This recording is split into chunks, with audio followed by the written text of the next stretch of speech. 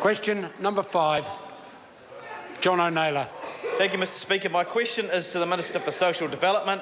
What recent announcements has she made regarding the material well-being of New Zealand households? The Honourable Anne Tolley. Mr Speaker, this morning I welcome the release of the Ministry of Social Development's latest Household Incomes Report and the companion report on material well-being using non-income measures.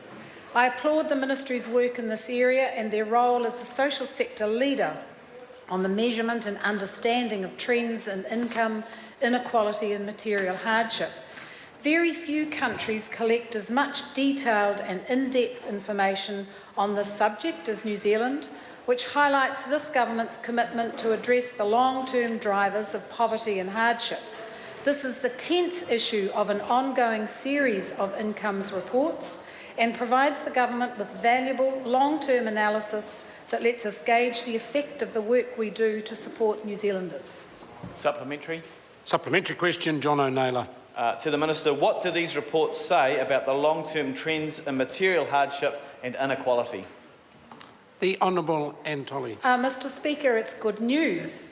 In regard to income poverty, which has traditionally been used as a basic measure for poverty, there is no evidence of any rise in recent years.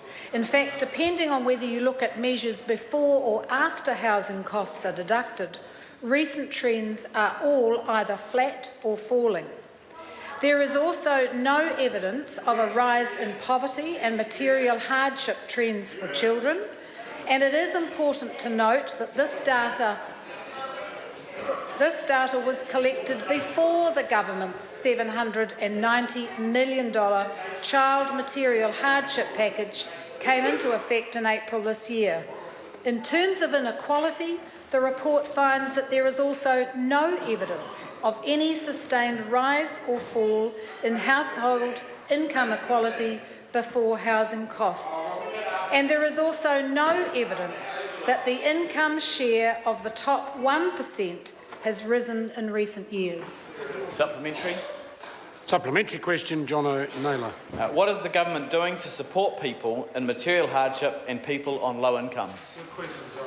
Well, Mr Speaker, while there is a lot of good news in these reports, the government would like to see the levels of poverty and material hardship come down further. We know that the best way out of poverty is work, which is why this government is focused on growing the economy and helping people get off the benefit and into sustainable work. We've also introduced free GP visits and prescriptions for under 13s, served over 7.5 million breakfasts in schools, put social workers in all low decile primary schools, introduced the youth service for young teen beneficiaries, and are insulating... Order. It's now getting to the stage when the answer can't be heard because of the interjection. It is to cease. Would the Minister complete her answer? And are insulating every state house that can be. The $790 million child material hardship package, which came into effect in April this year, saw core benefits for people with children increase in real terms for the first time in 43 years. It increased working for families' payments for those on the lowest incomes and increased childcare support. Question.